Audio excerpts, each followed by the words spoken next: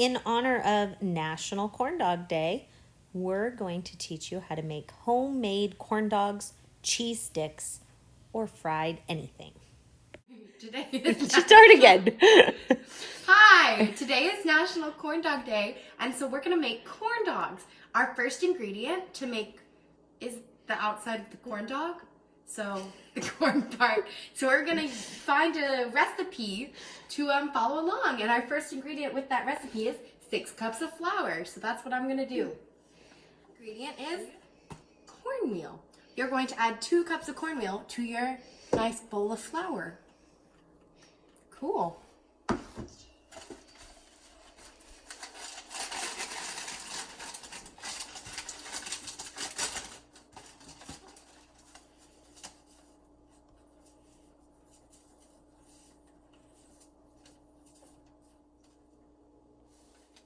Cups.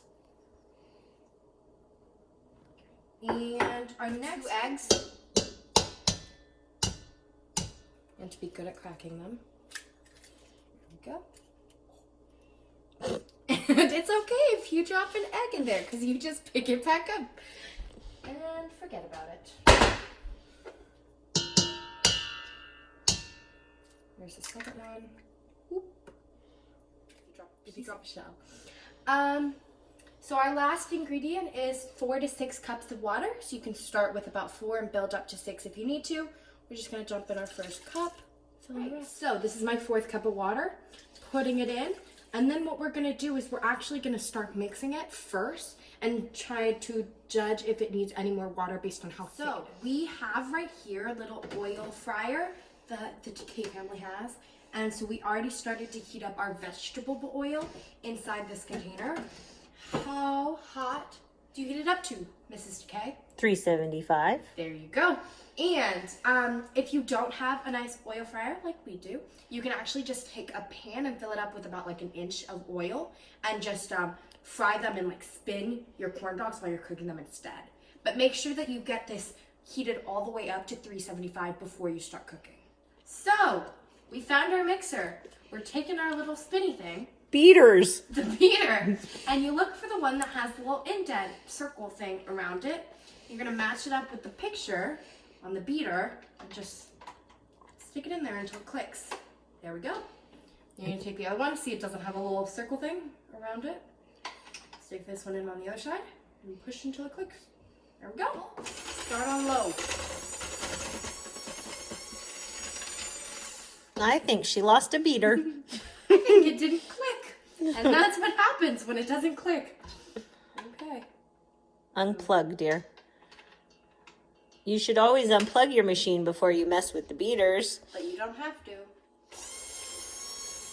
Go higher. To like 3.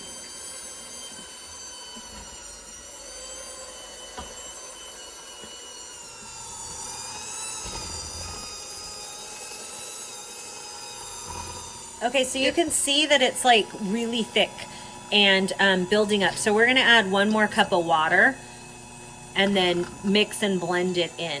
So you want your mixture to be thick because it has to, make a shell around the hot dog and it has to stay on it and not slide off. But that was just a little bit more thick than we needed it to be. So we're going to mix in the water. So now, after we added our extra cup of water, you can see it's still thick enough to coat the corn dog, but it's also more of a liquid than a solid on its own. All right, so we love cheese sticks. And the greatest thing about this batter is that you can make fried pickles, you can make cheese sticks, you can make corn dogs, you can pretty much fry anything you want in this batter.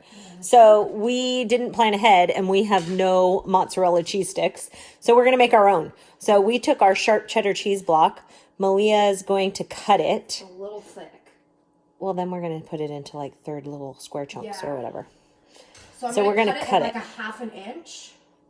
I think that's a 1/2 inch. Without losing a finger. Yeah, I'm just working my cheese. He's a little sharp. Maybe ask Mom or Dad to help you if this is how you're making your cheese stick. There we go. All right. Now cut that in like 3rds or something, or 4ths.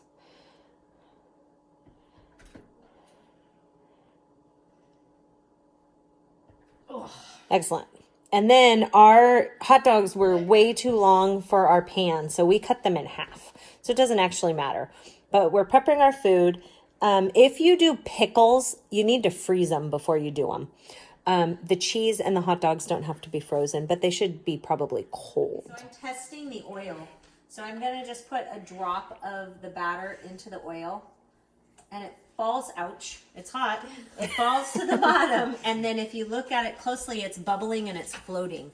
And so that means the oil is ready. So we're going to let these little globs cook, and then we will start dipping our hot dogs and our cheese sticks. Instead of dropping a glob in, I suggest using a spoon or a fork to put it in so you don't splash yourself.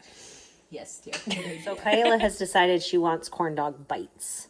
So she cut her hot dog into tiny little pieces, and she's covering them with the batter, and then she is carefully putting them in the oil.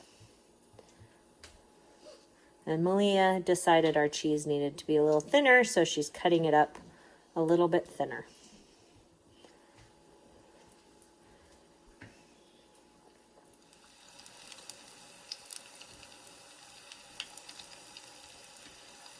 They are cooking. You forgot to coat that guy all the way around. So we're just watching for color. So as it gets golden brown, like the one in the corner, then you can start thinking about pulling them out.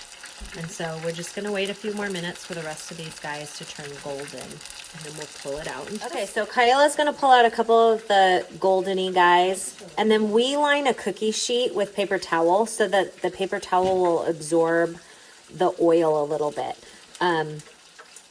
And so they're not all ready, but we have those couple of globs of dough that we want to test. Okay, so we're going to pull all of the hot dog guys out. So our lovely fryer has this basket, so it drains the oil off, and then we can easily pick out the mini corn dogs that Kyla wanted. And then we're going to make some of the full-size corn dogs and some cheese sticks. Delicious.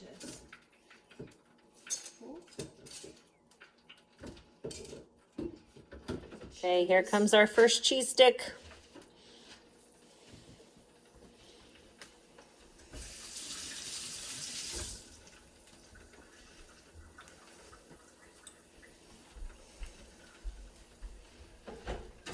Whoa.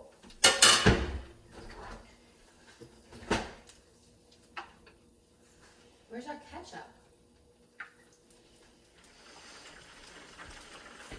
How is it? It's a corn dog bite.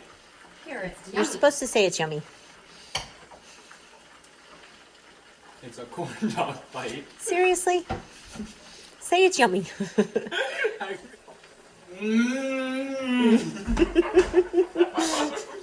He's such a good actor.